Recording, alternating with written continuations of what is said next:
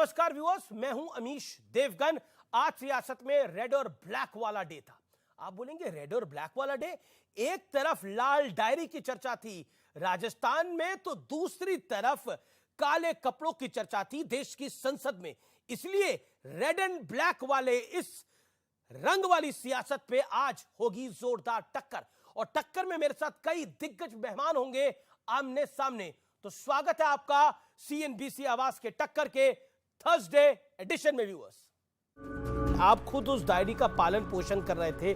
सरकार के संकट के टाइम में सरकार में किस किस को लेन देन हुआ था, वो सारी चीजें।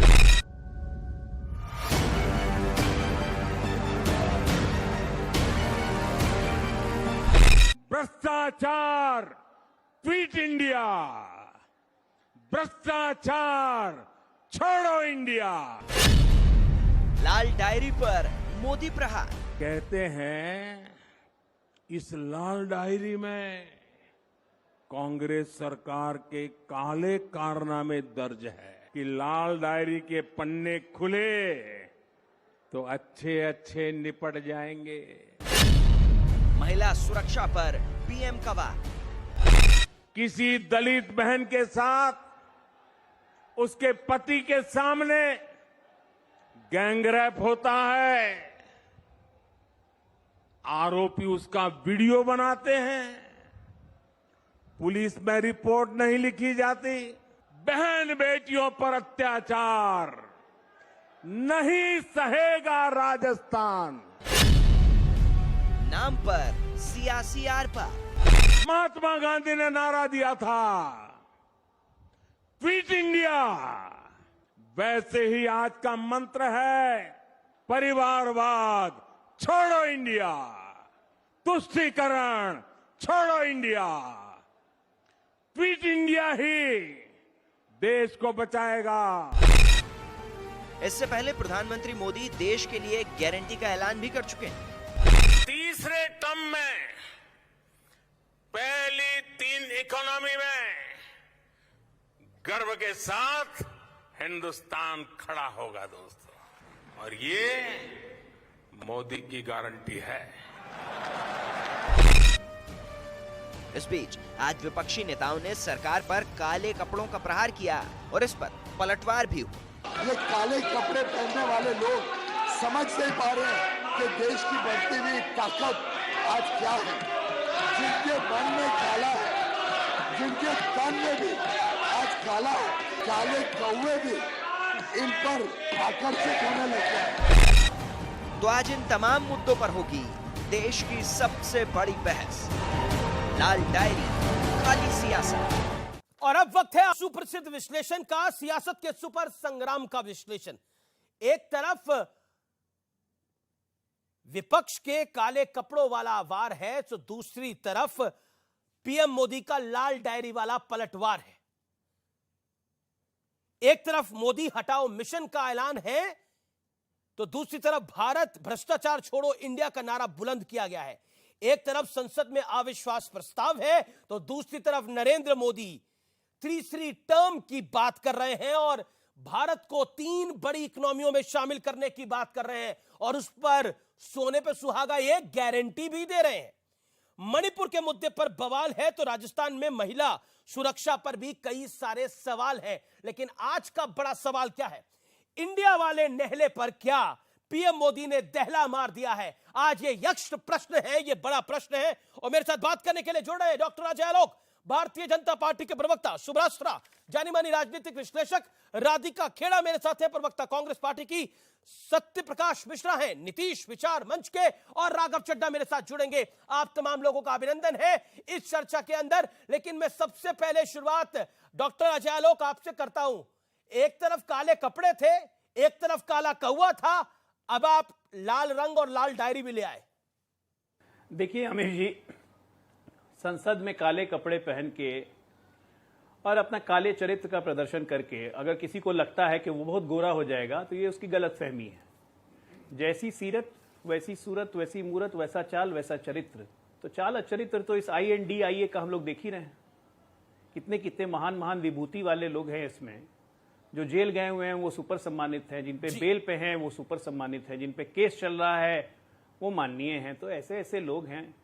तुष्टीकरण की इंतहा आपने कल देखी ली, परसों क्या वीडियो में देख ही लिया होगा। All India Muslim league party जो है केरला की, जब उन्होंने रैली निकाला, रैली में नारे लग रहे थे कि हिंदुओं को जला देंगे मंदिरों के आगे, हिंदुओं को फांसी देंगे मंदिरों के आगे।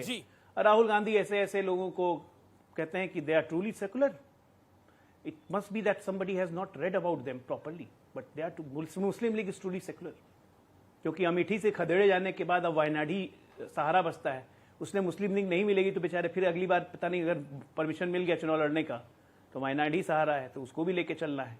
लेकिन इस पूरे खेल में एक चीज तय हो गया, जब इन लोगों ने अपना नारा दिया INDIA और उसको कहा इंडिया, तो देश की जहां जनता ने कहा क्विट इंडिया। जब इन्होंने कल नो कॉन्फिडेंस मोशन यहां पे लाए तो ये इनके ताबूत में अंतिम कील थी, क्योंकि देश इन पे नो कॉन्फिडेंस कर चुका है। तो quit INDIA with no confidence, सारांश यही है और वही प्रधानमंत्री जी ने आज कहा। मैं सीधा राधिका खेड़ा का रुख करता हूं। राधिका खेड़ा, पहली बात तो विपक्ष को बड़ा झटका लगा।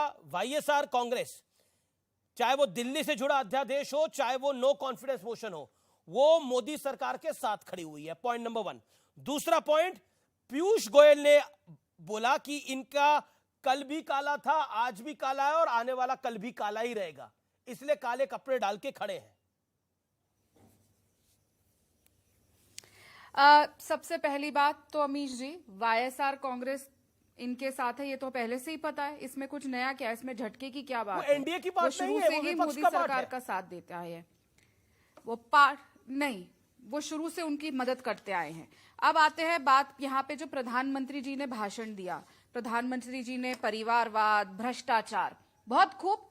मैं मानती हूं कि अगर इस देश को आजाद, जब से ये देश हुआ है, आजाद इंडिया के सबसे डरपोक अगर प्रधानमंत्री हैं तो वो नरेंद्र मोदी जी हैं। क्यों? क्योंकि वो बातें तो बड़ी बड़ी करते हैं लेकिन खुद ही पे अपने पे वार कर रहे हैं इस समय। और इतना डर कि मीडिया से 9 साल में एक बार भी चर्चा नहीं कर पाए, बिना टेलीप्रॉम्प्टर के, बिना लाइव सवाल पूछे हुए प्रेस वार्ता एक भी नहीं करी 9 साल में।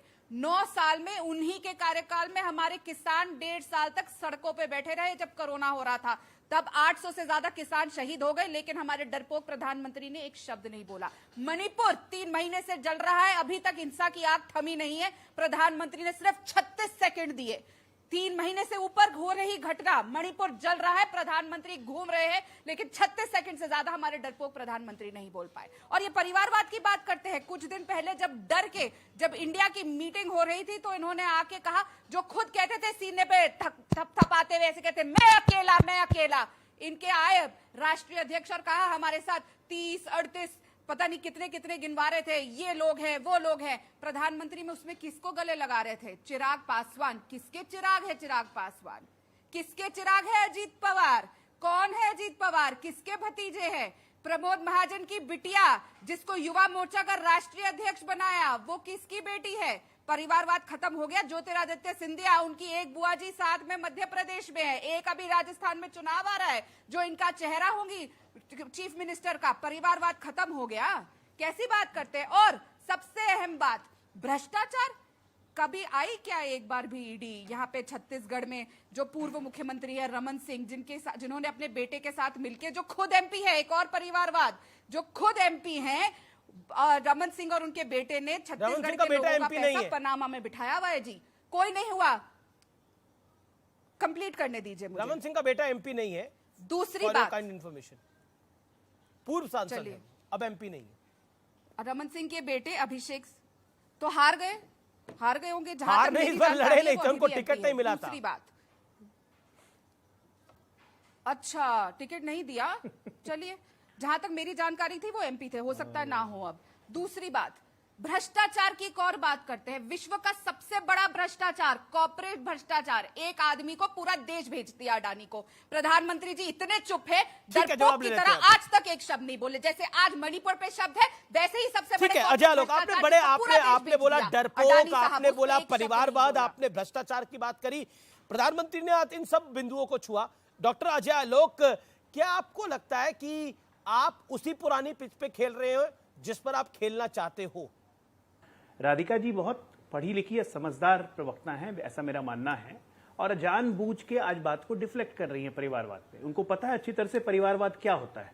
देखिए, मैं कहता हूं परिवारवाद को परिवारवाद ही खत्म करता है। चिराग पासवान की पार्टी टूटी, उनके चाचा ने पार्टी तोड़ी, तो परिवारवाद को परिवार ने ही तोड़ा, और चिराग पासवान आज की उनकी एक अलग पार्टी, और तब वो हमारे पास आए। ओरिजिनल पार्टी तो टूट गई उनकी। अजीत पवार की पार्टी टूट गई क्योंकि अजीत पवार ने तोड़ दिया। परिवारवाद को परिवार ने ही खत्म किया। अब कांग्रेस पार्टी का वो दिन इंतजार कीजिए कि दोनों भाई बहन में से कौन तोड़ता है कांग्रेस को, तो फिर शायद कांग्रेस को भी हम लोग कहेंगे कि परिवारवाद से मुक्त हो गई, है ना। बाप बेटे का या भाई बहन का एक साथ अगर एमपी एमएलए बनना परिवारवाद नहीं होता है, जो आप ज्योतिरादित्य सिंधिया और बाकी रमन सिंह और बाकी का पे एग्जाम्पल देती है, ठीक है, वो परिवारवाद नहीं होता है। परिवारवाद होता है पार्टी का अगला अध्यक्ष कौन होगा, अगर जरूरत पड़ी तो चीफ मिनिस्टर कौन होगा, और जरूरत पड़ी तो प्रधानमंत्री कौन होगा, ये मां के गर्भ में ही तय हो जाता है। वो होता है परिवारवाद, जो आपको पता है लेकिन आप जानबूझ कर अवॉइड कर रही है, मुझे पता है। खैर, मैं दर्शकों के समझ के लिए बता दूं। अब आते हैं दूसरी बात।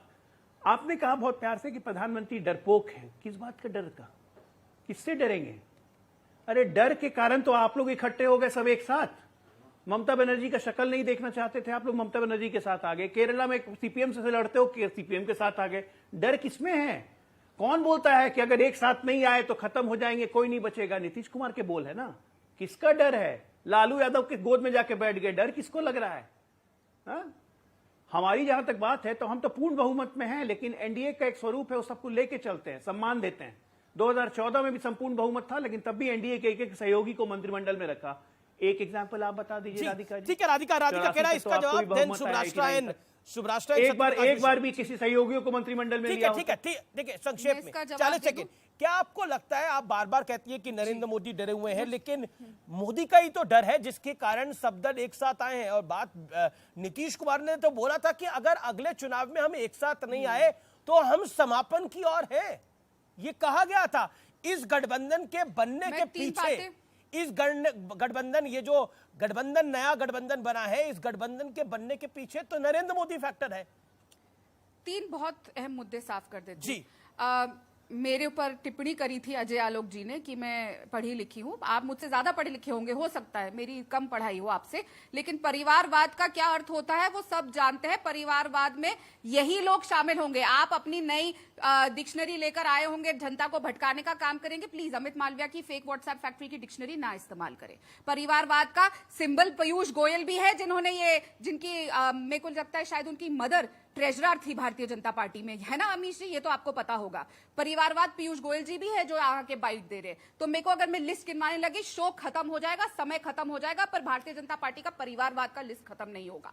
अच्छा, एक सेकंड, परिवारवाद में विस्तार से बात कर लेते हैं। आप कह रहे हैं कि पीयूष गोयल के वैसे पिताजी ट्रेजरर थे। आपने बोला कि पीयूष गोयल जी के पिताजी ट्रेजरर थे, और पीयूष गोयल बीजेपी में, तो वो परिवारवाद है। आपकी जुबानी, मैं आप ही की जुबानी, आपकी मैडम बात रहा हूं। आपने बोला प्रमोद महाजन थे, पूनम महाजन अब आज सांसद बनी हुई है बीजेपी में कार्य करते हुए, तो वो परिवारवाद है। अब आप मुझे बताइए, अब आप सारी बातों को, युवा मोर्चा की अध्यक्ष सारी बातों, अब आप सारी बातों को, अब आप आपकी बात को ऊपर रखता हूं। अब आप मुझे बताइए बड़ा परिवारवाद क्या है? मोतीलाल नेहरू के बाद पंडित नेहरू, पंडित नेहरू के बाद इंदिरा गांधी के बाद संजय गांधी, संजय गांधी के बाद स्वर्गीय राजीव गांधी, फिर मैडम गांधी, सुनिए पूरा, फिर राहुल गांधी और प्रियंका गांधी। क्या है परिवारवाद? अब आप मुझे बताइए क्या है परिवारवाद? तो अगर कांग्रेस पार्टी का नेतृत्व, बड़ा परिवारवाद क्या है? परिवारवाद की परिभाषा, हमने कभी बोला? परिवारवाद आपकी दुखती रग है। आपको होश, आप क्या बोल रहे हैं? प्लीज भारतीय जनता पार्टी के प्रवक्ता मत बनिए। दुखती रग आपकी है। मैं भारतीय जनता पार्टी का प्रवक्ता नहीं, देश का परिवारवाद को लेके कंप्लीट करने दीजिए। मैं तो देश का प्रवक्ता हूं। परिवारवाद क्या है? मैंने तो सवाल पूछा। अगर इसमें कोई फैक्चुअल गलती है तो बताइए। मोतीलाल नेहरू के बाद, मोतीलाल नेहरू जी के बाद पंडित नेहरू आए। पंडित नेहरू के बाद अगर मैं कुछ गलत बोलूं तो मुझे करेक्ट करिए आप। मैं हम्बल सबमिशन, मुझे अपनी बात कंप्लीट कर लूं। हाँ, आपने बोला कि आपका दिमाग तो ठिकाने है, आप क्या बोल रहे हैं? अगर मैंने कुछ गलत बोला तो बताइए। मोतीलाल नेहरू के बाद कोई आया था क्या? और मैंने आपका दिमाग ठिकाने है बोला? अमीश जी, मैंने ये बोला कि आपका दिमाग ठिकाने है? प्लीज फिर से अपने पीसीआर को बोलिए, आपको सुनाइए। मैं आप अपनी बात को रखिए। इस्तेमाल नहीं करती हूँ, आप मुझे बहुत अच्छे से जानते हैं। मैंने एक बार भी ये नहीं बोला कि आपका दिमाग तो ठिकाने है। ना मैं ऐसी भाषा में इस्तेमाल करती हूँ कहीं पर भी, ना मेरे को ऐसी भाषा सिखाई गई है, तो कृपया ये मत बोलिए। पहला झूठ। दूसरा, दूसरी बात, मैं आपको फिर कह रही हूं, कांग्रेस पार्टी का एक एक कार्यकर्ता चाहता था, इसीलिए चाहे राजीव गांधी जी हो, इंदिरा गांधी जी हो, जवाहरलाल नेहरू जी हो, सोनिया गांधी जी हो, राहुल गांधी जी हो, प्रियंका गांधी जी हो, वो हमारे नेता है, थे नहीं और चाहेगा रहेंगे। तो कांग्रेस में रहेगा ही इसमें नहीं। कोई दो राय नहीं है। हमने कभी भी नहीं कहा, आप बीच में मत बोलिए थाली के बैंगन, कभी एक पार्टी में कभी दूसरी पार्टी में, और बहुत क्लैरिटी से हम बोलते हैं कि हम यही चाहते हैं, हमारा एक अपनी एक हद में कार्यकर्ता बोलिए यही जरा, चाहता है। है हमने ना? कब गाली दी? क्योंकि जेडीयू हमने में कब आता कहा था कि तब भी हमारे आप यहाँ मेरे पे बारे में कुछ क्या नहीं है? बोलती थी? आप व्यक्तिगत होने की जो जरूरत नहीं है राधिका JDU खेड़ा, आप ठीक है ना? बिल्कुल- दिमाग पे चर्बी आप मत अभी चढ़ाइए भी- अपनी, आप तो राजनीतिक वक्ता बन अपने के दिमाग पे राजनीतिक चर्बी चढ़ाने की विश्लेषक जरूरत बन नहीं है, के आते थे, अहंकार की भारतीय भाषा जनता बोलने की पार्टी जरूरत में नहीं हैं। है। तमीज से, आप तमीज से, तमीज से, चर्बी मैं आपके बदतमीजी से दिमाग कभी में बात होगी नहीं और बीच करता में हूं। मत बोलिए, थाली के कांग्रेसियों बैंगन के चुप दिमाग पे करिए। चर्बी चढ़ गई थाली है, के बैंगन चुप रहिए, थाली के बैंगन दिमाग चुप पे रहिए, चर्बी बीच चढ़ाने में की मत जरूरत बोलिए, नहीं है। तमीज सीखिए, और किसी भी के जगह बीच है। में बोलना बदतमीजी कहलाता है। अच्छा, किसी ठीक है। के बीच में तमीज बोलना मुझे बहुत आती है, बदतमीजी मुझे को तमीज कहलाता है। सिखाने की जरूरत नहीं है। सभ्यता सभ्यता सभ्यता सभ्यता सभ्यता बिल्कुल से नहीं बात हो। आती, बिल्कुल नहीं आती। आपके दिमाग में कहाँ कहाँ चर्बी फटी हुई है सबको पता है, मेरे को मत बताइए। थाली के बैंगन है, एक विचारधारा से दूसरी विचारधारा में मुझे पता है, जाते हैं, दिमाग पे इसलिए चर्बी मत बताइए, चढ़ाइए, ठीक मैंने है? यही बोला तो ना। आप पहले एक दिमाग पे विचारधारा चर्बी को मत दीजिए। चढ़ाइए, आप- फंक्शनिंग कम हो जाती है। बिल्कुल, हाँ, तो मैं देखिए, भी अच्छी आपकी अच्छी बातें भी आप बात पे समझ नहीं पा रही हैं। मैं कायम हूँ। पहले बताइए क्या गारंटी है आप 2 महीने बाद फिर अपनी पार्टी नहीं बदलेंगे? ठीक है, एक विचारधारा चलिए, से- गारंटी से आप आप विचारहीन अच्छी-अच्छी राजनीति बातें करते समझ हैं, नहीं पा रही हैं। विचारधाराहीन राजनीति, विचारधाराहीन अच्छी-अच्छी व्यक्तियों से बातें मेरे आप को- समझ नहीं पा रही हैं। आपको नहीं समझ आ रहा, विचारधाराहीन व्यक्तियों से मेरे को नहीं बात एंटीऑक्सीडेंट्स करनी। खाइए, आप मुझसे एंटीऑक्सीडेंट्स, भटकाने की कोशिश फायदा मत करेगा। करिए। मणिपुर पे चर्चा क्यों नहीं करते? आप मुझ पे करिए, व्यक्तिगत करिए, एंटीऑक्सीडेंट चर्चा से आप भाग रहे हैं। छापा मार मणिपुर दल, पे चर्चा नहीं करेंगे। गुरिल्ला वॉर के बोलिए, जनक, 1 मिनट संसद मणिपुर में पे गुरिल्ला बोल के वॉर करने दिखाइए। वाले चर्चा से बताइए, आप आप भाग रहे हैं। कार्रवाई क्यों नहीं हो रही? एक-एक करके, बताइए, एक-एक कर- छत्तीसगढ़ एक-एक राहुल गांधी क्यों सदन से बताइए, बाहर क्या गए? आप लोगों ने सदन में ना आने की शुभराष्ट्र, कसम खा ली। शुभराष्ट्र, सिंह के घर पे कब ईडी आएगी? बताइए, मध्य प्रदेश राहुल में गांधी कब सदन ईडी से क्या जाएगी? बाहर गए? बताइए, सदन में नहीं आने की कसम खा ली। परिवारवाद- देश की किसके सर में दिमाग में चर्बी भरी हुई है वो तब पता चलता है जब उसको परिवारवाद का मतलब नहीं पता। और अमीर जी, मैं फिर आपकी बात पे आ रही हूँ, इनके आवाज चर्बी म्यूट लगता है कर असर दीजिए कर ना कि गया। बीच में ना बोले। चर्बी क्योंकि असर कर ये- गई लग रहा है। ये तरीका नहीं है, मैं यहाँ पे चीखने चिल्लाने नहीं अच्छा, आई हूँ। मेरा निवेदन है, उससे ये मेरा इंफ्रास्ट्रक्चर कार्यक्रम आपकी बहुत पता देखा चल रही जाता है, देखते हैं आपको पब्लिक यहाँ पे देखती है, और रियल कुछ मुद्दों मिलता पे है कि बात नहीं। होनी चाहिए। तो इसीलिए इनको कंट्रोल कराइए। क्योंकि- मैं क्योंकि किसी के बीच राधिका में जी, नहीं मैंने बोलूंगी। ये आपने बोला कि आपका ये दिमाग तरीका नहीं है। आपने मैं ये आपके नहीं बोला सवाल था। का एक जवाब सेकंड, दूंगी, लेट मी इनके करेक्ट साथ माई दूं, सेल्फ, मैं लेट मी करूं। Correct myself. Radhika ji, आपने ये नहीं बोला था कि मेरा दिमाग ठिकाने है कि नहीं है, लेकिन आपने बोला था आपको होश है कि नहीं है। तो मैंने अगर कोई होश के बगैर बात बोली हो मोतीलाल नेहरू और पंडित नेहरू के और खासतौर पर उसके परिवार के ऊपर, तो आप मुझे बताइएगा कोई फैक्चुअल मिस्टेक हो तो। लेकिन आपने क्योंकि देखो मेरी कहानी, पूरी बात क्योंकि complete नहीं करने दी। आपने बोला देखो, आपने मेरी गारंटी पूरी की बात बात हुई, complete नहीं गारंटी करने की दी बात थी। हुई, गारंटी की बात हुई। मैं पर्सपेक्टिव की बात कर लेता हूं। मेरे साथ सत्य प्रकाश मिश्रा हैं और शुभराष्ट्रा हैं। सत्य प्रकाश मिश्रा, नरेंद्र मोदी गारंटी से कह रहे हैं कि मैं तीसरी टर्म पे आ रहा हूं और पहली 3 इकोनॉमी में भारत को पहुंचाऊंगा। एक तरफ आप नो कॉन्फिडेंस मोशन लेके आ रहे हैं और दूसरी तरफ ये हो रहा है। जब से वो छोटी मोटी 38 पार्टियों के साथ दिल्ली के एक होटल में बैठ के छोले भटूरे खा करके एनडीए को मजबूत करने का दावा पेश कर रहे थे, तब से ये दिवा स्वप्न उनको दिखने लगे हैं। आज उन्होंने क्विट इंडिया की बात की। मुझे बड़ी खुशी हुई कि भारतीय जनता पार्टी के मुंह से पहली बार, जिसने आजादी के 1942 के भारत छोड़ो आंदोलन, जिसको क्विट इंडिया कहता था, उसका विरोध किया था संघ ने, आरएसएस ने, और तमाम लीडर उसमें पार्टिसिपेट नहीं किए थे। आज उनके मुंह से निकला क्विट इंडिया। वास्तव में क्या है बताएं? ये जो मोदी जी के कुनबे का जो चीट इंडिया है, जो इन्होंने चीट किया इस देश के युवाओं को कि तुमको 4 साल में तो हम कर देंगे रिटायर, लेकिन हम आ जाएंगे तीसरी बार। वाह वाह मोदी जी, वाह भारतीय जनता पार्टी। गेरुए में जुबान छिपा करके, चेहरा छिपा करके कोई संत नहीं होता इस देश में। आज विपक्ष ने अगर काली करतूतों को, आपके पोल पट्टी को खोलना शुरू किया है और खुद तो काला डाल लिया। मैं आपको आ रहा था उसी बिंदु पर। आप भी काला डालकर आए आज। आपके कर्नाटक की सरकार, जिसके ऊपर 40% कमीशन खोरी खाने की कालिक पुती थी, उसको हटाया। हिमाचल प्रदेश से आप तो गए। काले कपड़े आपने को डाल दिए। काले कपड़े में भाजपा के जो दिखाए उजले सपने थे पिछले 10 सालों से, 5 सालों से, उन सपनों पर, उम्मीदों पर ढल रही थी रात काली रे। रुक जाइए, उन सपनों और उम्मीदों पे ढल रही थी रात काली रे। जब मणिपुर जल रहा था तू विदेश में मना रहा था दिवाली रे, तो तेरे मुंह पर कालिक पोतने आज संसद में सब लोगों ने कहा कि लोकतंत्र के काले दिन को बताने के लिए, इतिहास में यह बात दर्ज कराने के लिए तमाम 26 पार्टियां एक साथ एक मंच पर मोदी की जो मानसिकता की चीट इंडिया है उसके खिलाफ खड़ी है। आप चीट इंडिया करेंगे और मोदी की चीट इंडिया है और आपकी क्या है? मोदी की चीट इंडिया और आपकी क्या है?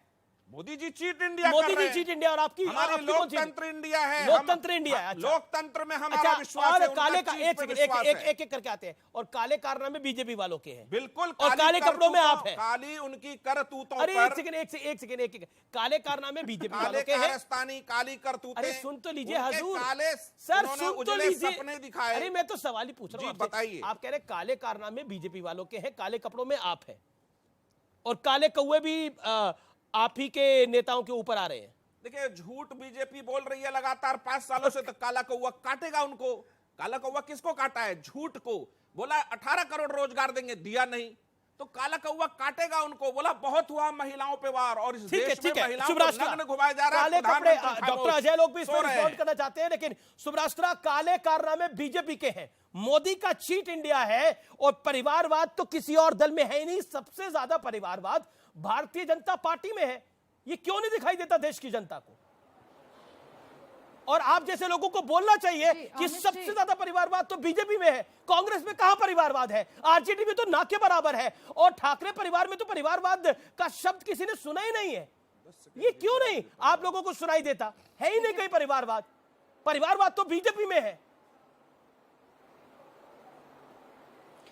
अमित जी, परिवारवाद को भी लेकर के अगर हम बहस करने लगे प्राइम टाइम पे, अगर देश की जनता को क्या इतना मूर्ख समझ के रखा है कि लोग समझ ही नहीं पा रहे कि इस देश को 70 वर्षों से ऊपर एक डायनेस्टी ने, और मैं डायनेस्टी शब्द का प्रयोग कर रही हूं, एक डायनेस्टी ने लगातार किसी न किसी माध्यम से रूल किया है इसके ऊपर।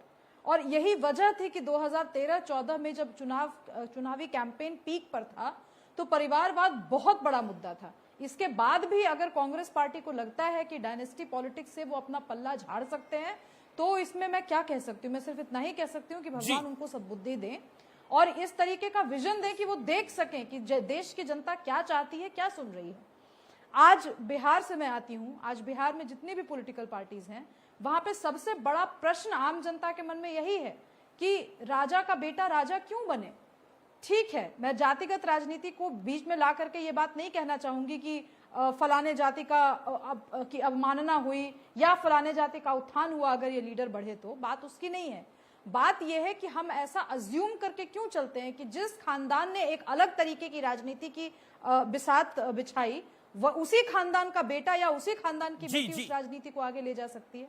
मैं तीखे प्रश्न पूछूंगी तो लोगों को बहुत बुरा लगेगा, लेकिन यहाँ पे जितने पैनलिस्ट बैठे हैं जो अपने आप को कहते हैं कि मैं परिवारवाद का समर्थक नहीं हूं या हमारी पार्टी परिवारवाद की नहीं है, मैं पूछना चाहती हूं उनसे कि क्या वो अज्यूम भी कर सकते हैं कि वो अपने पार्टी के अध्यक्ष बने? सिंपल सा सवाल है। वो अज्यूम कर सकते हैं कि वो अपनी पार्टी में सर्वे सर्वा के रूप में अपने आप को घोषित करें? ठीक है, अध्यक्ष बनना न बनना वो अलग बात होती है, लेकिन आज हम सारी डिबेट करते करते हम 2-3 लोगों के ऊपर आकर के टिक जाते हैं। वो राहुल गांधी हो जाते हैं, वो अजीत पवार हो जाते हैं, वो तमाम नाम आप ले सकते हैं, अलग अलग परिवारों के आप नाम ले सकते हैं, पर हम इसके बियॉन्ड उठ करके मुद्दों पे बात कब करेंगे? ये बात सच किसी ने पैनल में कहा कि मणिपुर पर चर्चा कब होगी? नहीं, किसी ने कहा मणिपुर पर चर्चा कब होगी? सर्वदलीय बैठक जब होती है, सर्वदलीय बैठक जब होती है तो कौन से पॉलिटिकल पार्टीज गायब होते हैं? ठीक है, एक second let Satyaprakash Mishra make his point. आप बिहार से आती हैं, आपकी जानकारी में इजाफा। बिहार के प्रदेश के जो भारतीय जनता पार्टी के अध्यक्ष हैं, उनके पिता भी वहीं थे। उनके पिता भी सांसद थे और विधायक थे, मंत्री थे, कभी कांग्रेस में थे, धीरे धीरे पहुंचते पहुंचते बीजेपी पहुंच गए थे। तो परिवारवाद पर एक चीज स्पष्ट है। आप राजद पे कुछ कहेंगे? मैं उस पर आ रहा था कि आप बीच में राजद पर कहेंगे? मैं उस पर आ रहा था, बिल्कुल कहूंगा। नहीं, मैं बीच में बिल्कुल कहूंगा। अब आप चुप हो जाइए तो कह लूं। अगर आप थोड़ा चुप हो जाए तो हम कह लें। मैं चुप इसलिए नहीं होंगी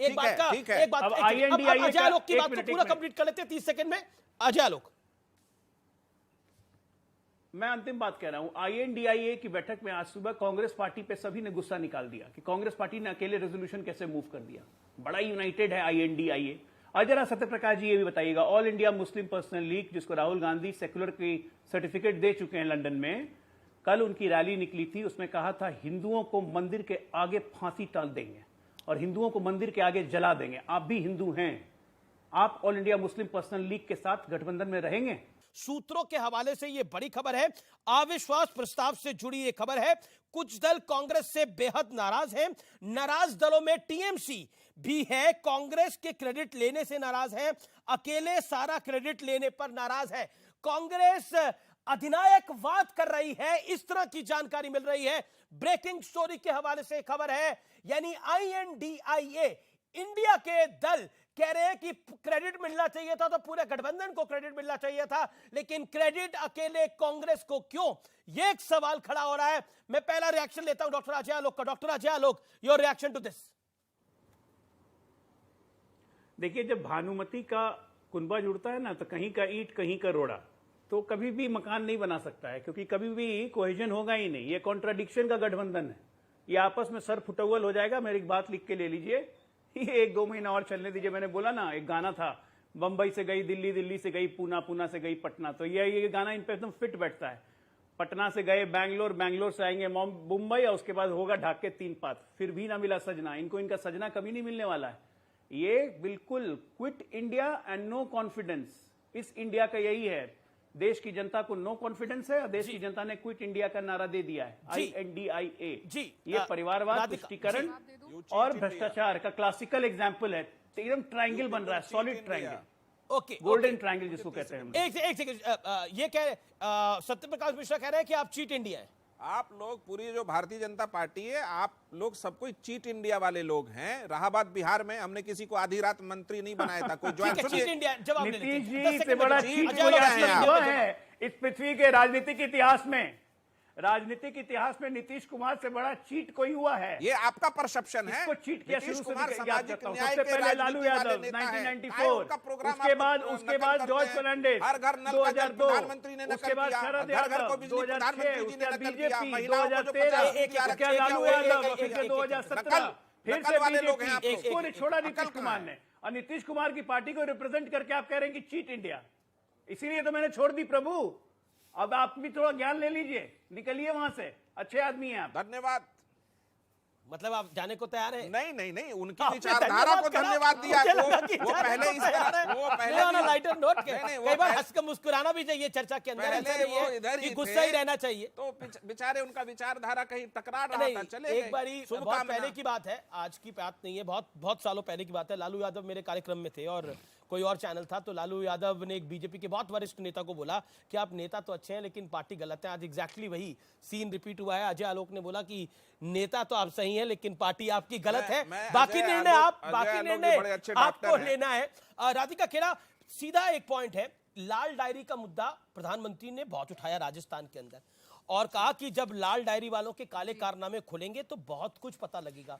क्या आपको लगता है कि आप ही के विधायक द्वारा लाल डायरी का मामला उठाया जाना आपका जी का जंजाल बन गया है और भ्रष्टाचार के मामले में आपको लिप्त करा जा रहा है बीजेपी द्वारा? प्रधानमंत्री को अमित मालविया की फेक व्हाट्सएप फैक्ट्री से चलना बंद करना पड़ेगा। ये बार बार जहां पे चुनाव होते हैं उन राज्यों में जाके झूठ बोलते हैं। कुछ दिन पहले छत्तीसगढ़ में आके बोल के गए थे कि कांग्रेस की सरकार, कांग्रेस ने हाथ में गंगा जल लेके कसम झूठी खाई थी। मैंने स्वयं वो प्रेस वार्ता करी थी और उसमें गंगा जल की कसम खाई थी। हमने जो वादा किया था कि 13 दिन में किसानों का कर्ज माफ किया जाएगा, वो हमने मात्र कुछ घंटों में पूरा किया सरकार बनते ही। तो पहला झूठ उनका छत्तीसगढ़ में बोला। अब उन्होंने आके राजस्थान में एक और बात बोली। राजस्थान की मैं आपको बात बता दूं, राजस्थान देश में नंबर 1 पे है भ्रष्टाचार के खिलाफ कार्रवाई करने पर। ऐसी कार्रवाई किसी और प्रदेश में नहीं करी जाती। बात तो आप ही के विधायक ने कही ना, राजेंद्र गुड़ा आप ही की सरकार में मंत्री थे, आप ही की सरकार में विधायक थे। मैडम हियर मी आउट, आप ही की सरकार में विधायक थे मैडम, आप ही की सरकार में मंत्री थे। राजेंद्र गुड़ा ने तो बोली वो बात जी। राजेंद्र गुड़ा ही तो लाल डायरी को लेकर आए। लाल डायरी को बीजेपी के नेता थोड़ी लेकर आए हैं, लाल डायरी को तो आप ही का विधायक लेकर आया है। राजेंद्र गुड़ा की भी मैं आपको बात बता देती हूं। ये काफी दिनों से सरकार के खिलाफ, क्योंकि ये आप सब इस बात से पूरा देश वाकिफ है किस तरीके से भारतीय जनता पार्टी ने राजस्थान में सरकार गिराने की कोशिश करी थी कोरोना के समय, किस तरीके से वहां पे भी खरीद फरोश का काम करने की कोशिश करी थी। और यही साहब जो एमएलए आज आके बोल रहे हैं, 1 महीना पहले करीब भारतीय जनता पार्टी के मैसेंजर ओवैसी साहब से मिलके आए थे। क्या मीटिंग हुई थी, क्यों वो जाके भारतीय जनता पार्टी के लोगों से मिल रहे हैं, ये बात हम सार्वजनिक कर चुके हैं। सीएनबीसी आवाज के टक्कर में अब रुक करेंगे सीधा राघव चड्ढा का हमारे साथ एक्सक्लूसिव बात करने के लिए जुड़ रहे हैं आम आदमी पार्टी के वरिष्ठ नेता और सांसद राघव चड्ढा। राघव जी, आपका अभिनंदन है। काले कपड़े डालकर आप बैठे हुए हैं और आज संसद में भी काले कपड़े डाल के गए, बड़ा हंगामा मचा, लेकिन विपक्ष पूरी तरह से लामबंद है, काले कपड़े डाल के पहुंचा हुआ है, लेकिन प्रधानमंत्री मोदी लाल डायरी और भ्रष्टाचार का मुद्दा उठा रहे हैं। देखिए, जहां तक लाल रंग का सवाल है, अगर आज किसी लाल चीज की चर्चा इस देश में होनी चाहिए तो लाल रंग का टमाटर की चर्चा होनी चाहिए, जिसका भाव आज आसमान छू रहा है। मुझे लगता है प्रधानमंत्री जी को लाल डायरी के बजाय लाल टमाटर के बारे में सोचना चाहिए, लाल डायरी और सदन के भीतर आकर जवाब देना चाहिए। ठीक है, लाल डायरी की बजाय लाल टमाटर पे बात करनी चाहिए। तो मैं ये बात पूछ लेता हूं आपसे, ये काले कपड़े क्यों? देखिए, आज संसद भवन के भीतर इंडिया समूह के तमाम सांसद काले वस्त्र पहनकर गए जी, और जब संसद भवन के भीतर हमें नहीं बोलने दिया जाता अमीश भाई, तो हमने एक विरोध प्रदर्शन करने के लिए एक प्रकार का नया प्रोटेस्ट दर्ज कराया काले वस्त्र पहनकर, और प्रयास यही था कि इन काले वस्त्रों के जरिए सरकार तक मैसेज पहुंचाएं कि हमारी ओर देखो, हमारी बात सुनो, और हम मणिपुर के लोगों की आवाज उठाना चाहते हैं, हमें मौका दो। राज्यसभा के नेता सदन पीयूष गोयल ने कहा कि आजकल काले कौवे भी इन पर आकर्षित हो रहे हैं, और उन्होंने एक लाइन आगे और जोड़ी और कहा कि इनका कल भी काला है, आज भी काला है और भविष्य भी काला है। काले कौवे और आपकी कहानी भी आजकल काफी फेमस हो रही है, हालांकि आपने एक ट्वीट भी किया फिर। जी, मैंने कल ट्वीट कर ये कहा था, जो मैंने आपके कल जो हमारी चर्चा हुई थी उस पर बताया था कि रामचंद्र कह गए सिया से, ऐसा कलयुग आएगा, हंस चुगेगा दाना दुनका और कौवा मोती खाएगा। जी, सुना था, आज देख लिया। खैर, आज बड़ी दुख का विषय है। आप अपने आप को मोती मान रहे हैं। नेता सदन पीयूष गोयल भी, मैं तो आज के दौर को कलयुग मान रहा हूं जी, ये और तो कलयुग है। आपने नेता सदन के कथन की बात करी, तो मैं उस पर जवाब दे दूं। उन्होंने जरूर ये बात खड़े होकर कही कि आजकल तो विपक्ष के लोगों पर काले कौवे भी उनसे आकर्षित हो रहे हैं, उनमें ऐसा आकर्षण है कि काले कौवे उनकी ओर आकर्षित हो रहे हैं। मैं उन्हें बता दूं कि सिर्फ काले कौवे नहीं, 135 करोड़ भारत की जनसंख्या, पूरी आबादी हम लोगों से आकर्षित है, हम लोगों को चाहती है, प्यार करती है, आशीर्वाद करती है, जिसमें सारी जनजातियां शामिल हैं।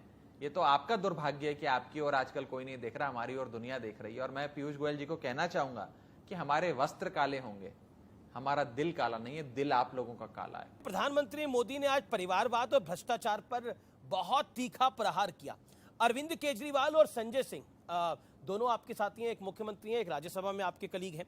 दोनों इस परिवारवाद के मुद्दे को बहुत ज्यादा उठाते रहे हैं, लेकिन अब इन परिवारवादी पार्टियों के साथ आप हैं, चाहे वो कांग्रेस हो, चाहे वो लालू यादव हो, चाहे वो अखिलेश यादव हो, चाहे वो स्टालिन हो, चाहे वो ठाकरे हो।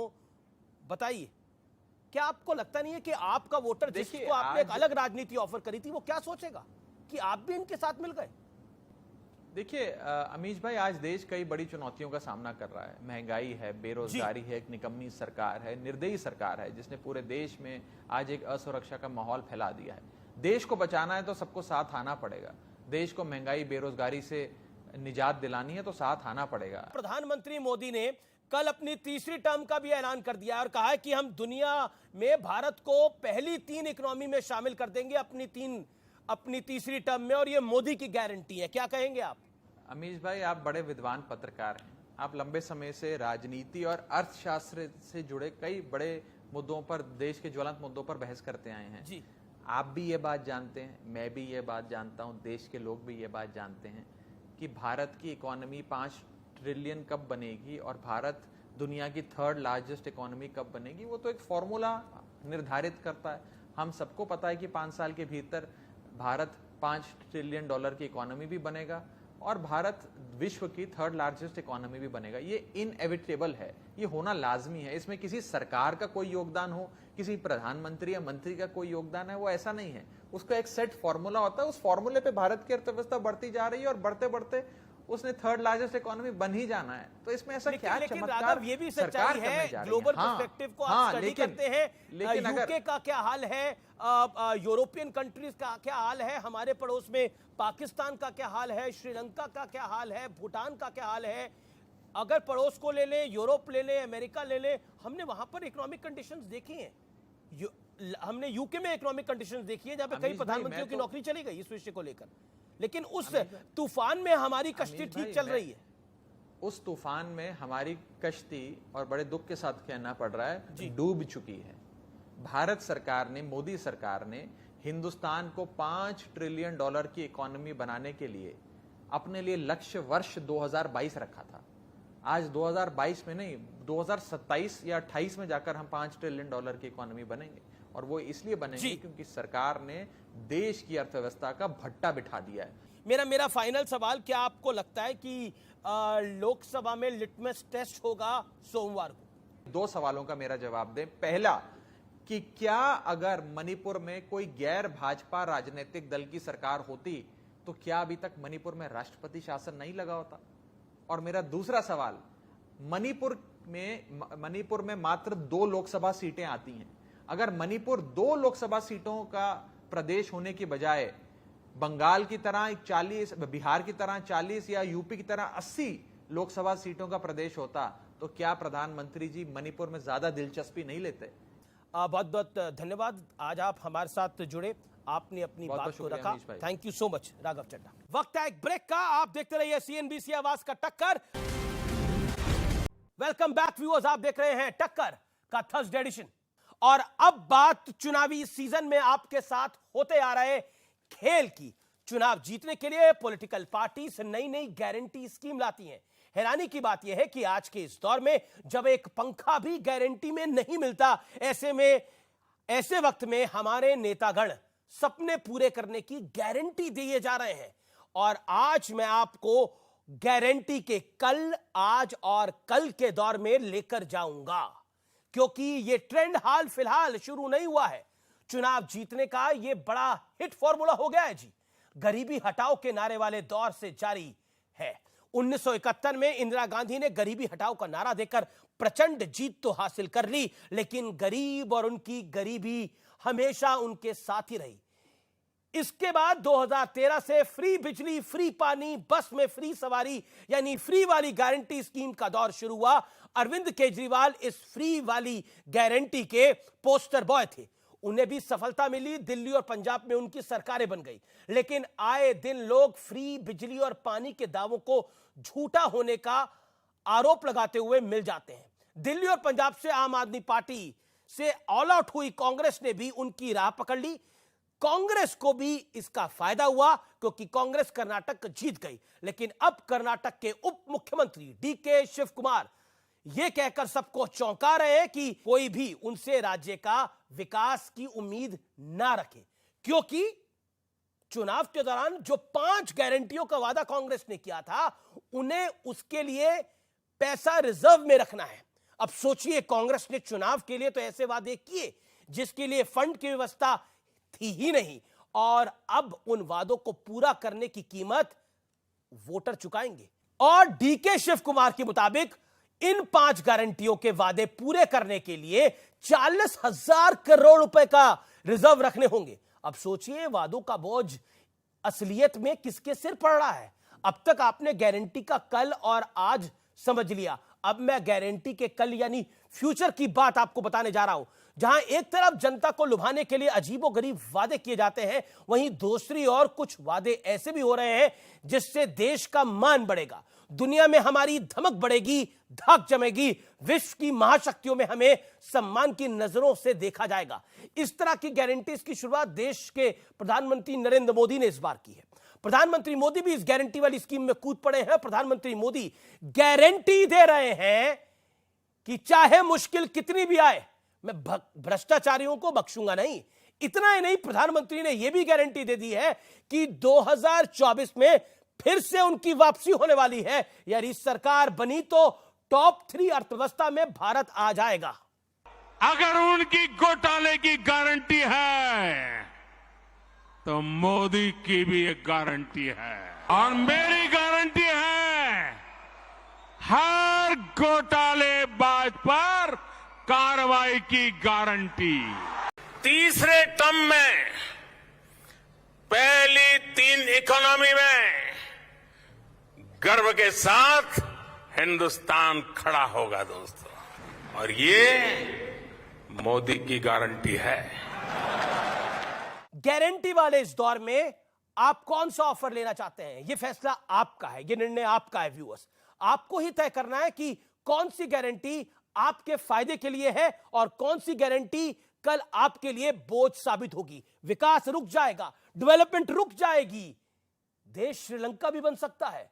तो गारंटी के कल, आज और कल में से आप किस दौर में जीना चाहते हैं, यह आपको तय करना है। इसलिए मैं कहता हूं, सोचेगा जरूर, क्योंकि सोचना अगर बंद कर देंगे तो काम नहीं चलेगा।